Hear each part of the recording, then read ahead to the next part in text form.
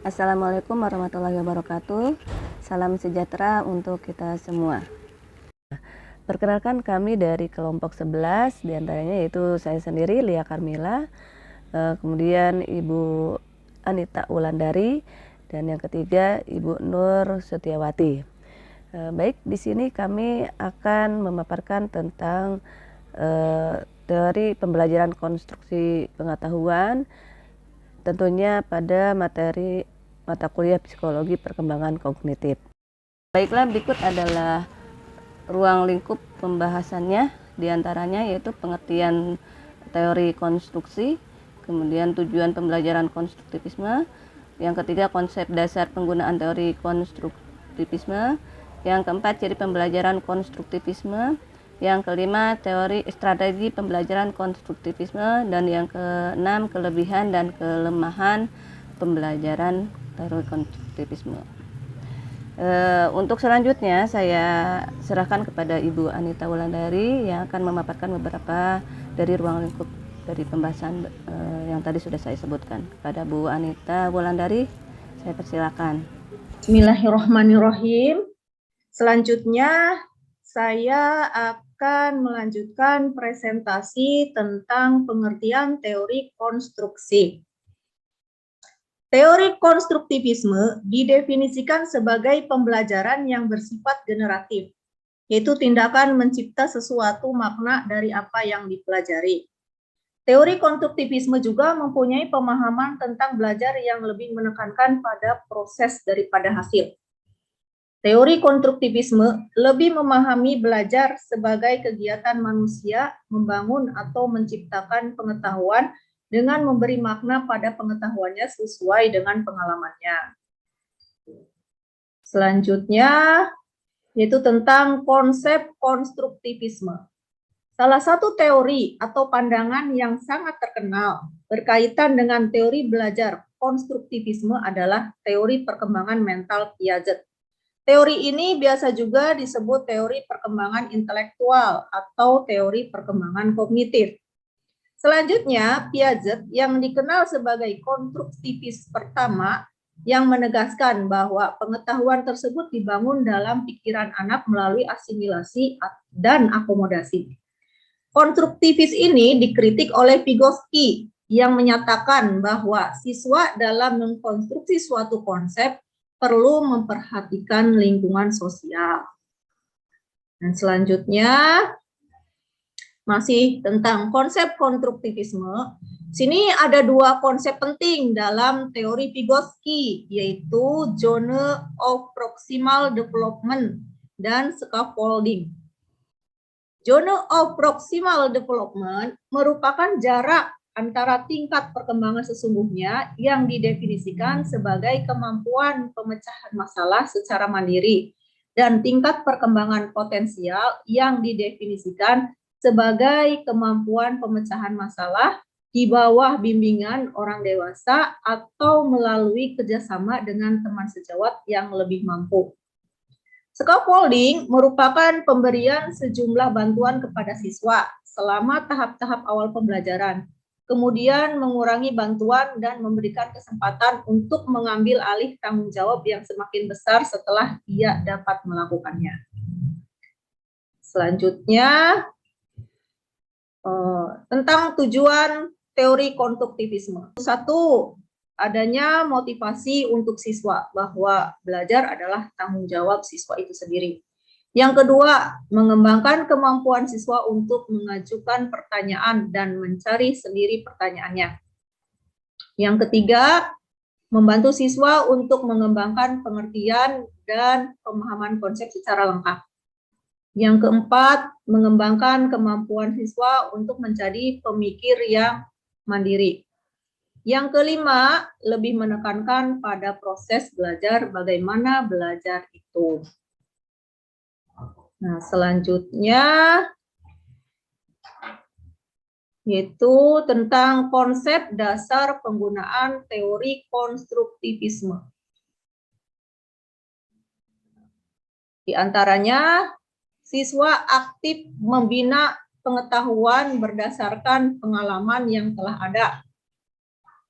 Kemudian kaitannya dengan pembelajaran, siswa harus mampu membina pengetahuan secara mandiri. Kemudian membina pengetahuan secara mandiri melalui proses saling mempengaruhi antara pembelajaran terdahulu dengan pembelajaran terbaru. Adapun unsur penting dalam teori ini adalah membina pengetahuan dirinya secara aktif dengan membandingkan informasi terbaru dengan pemahaman yang telah ada. Dan salah satu faktor utama dalam motivasi pembelajaran adalah, nah selanjutnya akan dilanjutkan oleh Ibu Lia.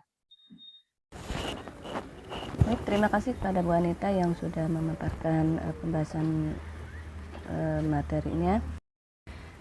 Ciri-ciri dari pembelajaran konstruktivisme ini diantaranya yaitu satu, memberikan peluang kepada siswa membina pengetahuan baru melalui penglihatan dalam dunia sebenarnya. Yang kedua, mendorong pertanyaan atau ide yang dimulai dari siswa dan menggunakannya sebagai panduan untuk merancang pengajaran. Yang ketiga, menyokong atau mendukung pembelajaran secara kooperatif dalam memperhatikan sikap dan pembawaan dari siswa. Yang keempat, mengambil kajian tentang bagaimana siswa mempelajari suatu ide. Yang kelima, mendorong dan menerima daya usaha dan otonomi siswa. Yang keenam, menggalakkan atau mendorong siswa untuk bertanya dan berdialog dengan siswa dan guru tentunya. Yang ketujuh, menganggap pembelajaran sebagai suatu proses yang sama penting dengan hasil dari pembelajaran. Dan yang kedelapan, menggalakkan atau mendorong proses inquiry siswa melalui kajian dan eksperimen.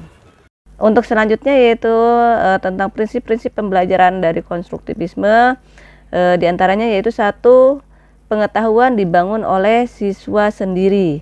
Yang kedua, pengetahuan tidak dapat dipindahkan dari guru ke siswa kecuali hanya dengan keaktifan siswa untuk menalar. Yang ketiga, siswa aktif mengkonstruksi secara terus-menerus sehingga selalu terjadi perubahan konsep ilmiah. Yang keempat, guru sekedar membantu menyediakan saran dan situasi agar proses konstruksi berjalan dengan lancar. Kemudian yang kelima, menghadapi masalah yang relevan dengan siswa. Yang keenam, struktur pembelajaran seputar konsep utama itu penting sebuah pertanyaan. Yang ketujuh, mencari dan menilai pendapat dari siswa. Dan yang terakhir, menyesuaikan kurikulum untuk menanggapi anggapan dari siswa. Dari semua itu hanya ada satu prinsip yang paling penting adalah guru tidak boleh hanya semata-mata memberikan pengetahuan kepada siswa. Jadi siswa harus membangun pengetahuan di dalam benaknya sendiri.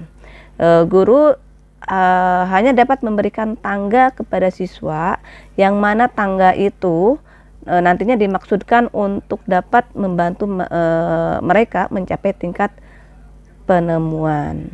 Jadi itu prinsip dari teori pembelajaran konstruktivisme. Baik, untuk selanjutnya itu strategi pembelajaran konstruktivisme. Di sini ada tahap-tahap tertentu yang perlu diperhatikan dalam teori belajar konstruktivisme. Di antaranya yaitu siswa mengkonstruksi pengetahuan dengan cara mengintegrasikan ide yang mereka miliki. Kemudian pembelajaran menjadi lebih bermakna karena siswa mengerti. Kemudian strategi siswa lebih bernilai dan siswa mempunyai kesempatan untuk berdiskusi dan saling bertukar pengalaman dan ilmu pengetahuan dengan temannya. Baik, selanjutnya adalah upaya mengimplementasikan teori belajar konstruktivisme, yaitu diantaranya memberikan kesempatan kepada siswa untuk mengemukakan gagasannya dalam bahasanya sendiri, dengan menggunakan bahasanya sendiri. Kemudian memberikan kesempatan kepada siswa untuk berpikir tentang pengalamannya sehingga menjadi lebih kreatif dan imajinatif. Kemudian yang ketiga, memberikan kesempatan kepada siswa untuk mencoba gagasan yang baru. Untuk selanjutnya, memberikan pengalaman yang berhubungan dengan gagasan yang telah dimiliki siswa. dan mendorong siswa untuk memikirkan perubahan gagasan mereka serta menciptakan lingkungan belajar yang kondusif. Itulah upaya-upaya dalam strategi pembelajaran konstruktivisme. Baik, untuk pemaparan selanjutnya akan disampaikan oleh Ibu Nur Setiawati. Kepada Ibu Nur Setiawati, kami persilakan. Assalamualaikum warahmatullahi wabarakatuh. Baiklah, pada kesempatan ini saya akan melanjutkan materi pembelajaran tentang kelebihan dan kekurangan dari model pembelajaran konstruktivisme ini. Baiklah, materi berikutnya yaitu kelebihan. Saya akan memberikan kelebihan daripada model pembelajaran konstruktivisme ini. Yang pertama adalah siswa diajak berpikir lebih kritis, di mana pada pembelajaran konstruktivisme ini dapat mendorong siswa untuk lebih bisa berpikir mengenai perubahan gagasan setelah mereka menyadari kemajuan yang mereka alami selama pembelajaran. Kelebihan yang kedua adalah siswa mampu untuk memahami lebih dalam materi yang telah dipelajari, memberikan kesempatan kepada siswa untuk mencoba gagasan baru sehingga siswa terdorong untuk memperoleh kepercayaan diri mereka dengan menggunakan berbagai konteks baik yang telah dikenalnya maupun yang masih baru. Hal ini menjadikan siswa lebih percaya diri dan berani untuk menghadapi dan menyelesaikan masalah dalam situasi yang lebih tepat, terutama yang masih baru. Kelebihan yang berikutnya adalah siswa lebih mudah mengingat materi pembelajaran yang telah dia lakukan. Karena pada pembelajaran konteks ini, siswa dapat melakukan sendiri dan mendapatkan pengalaman secara langsung dari pembelajaran yang mereka lakukan. Kelebihan yang keempat yaitu kemahiran sosial. Kemahiran sosial juga didapatkan dalam pembelajaran konstruktivisme ini. Siswa yang memiliki kemahiran sosial dapat bekerja sama dengan orang lain dalam menghadapi masalah. Kemahiran sosial ini diperoleh apabila siswa berinteraksi dengan rekan-rekannya serta guru dalam membina pengetahuan mereka. Yang terakhir, kelebihan pembelajaran metode ini yang terakhir adalah siswa merasa senang dalam proses pembelajaran. Karena pada pembelajaran konstruktivitas, siswa juga akan memberikan lingkungan belajar yang lebih kondusif, yang memudahkan siswa dan menuangkan gagasan-gagasan mereka, saling menuangkan ide dan menghindari, terutama mereka dapat menghindari kesan yang selalu hanya ada satu jawaban yang benar. Selain daripada kelebihan, ternyata model pembelajaran ini juga ada kekurangannya. Adapun kekurangan-kekurangan ini di mana dalam pembelajaran ini biasanya kita melihat dalam proses belajarnya di mana peran guru sebagai pendidik sepertinya kurang begitu mendukung. Mengapa peran guru kurang mendukung? Ada beberapa hal, antara lain adalah guru merasa kesulitan untuk memberikan contoh yang konkret. Contoh yang konkret ini misalnya pada pembelajaran mata pelajaran sejarah, di mana pada mata pelajaran sejarah guru ini akan kesulitan sekali untuk memberikan contoh dari pembelajaran di masa lampau seperti bukti-bukti sejarah dan lain-lain. Nah, itulah beberapa kelebihan dan kekurangan dari model pembelajaran konstruktivisme. Demikian yang bisa saya sampaikan, semoga bermanfaat. Baik, terima kasih. Cukup sekian pembahasan tentang teori pembelajaran konstruksi pengetahuan. Mohon maaf apabila ada kekurangan dan kesalahan. Wabillahi taufik wal hidayah. Wassalamualaikum warahmatullahi wabarakatuh.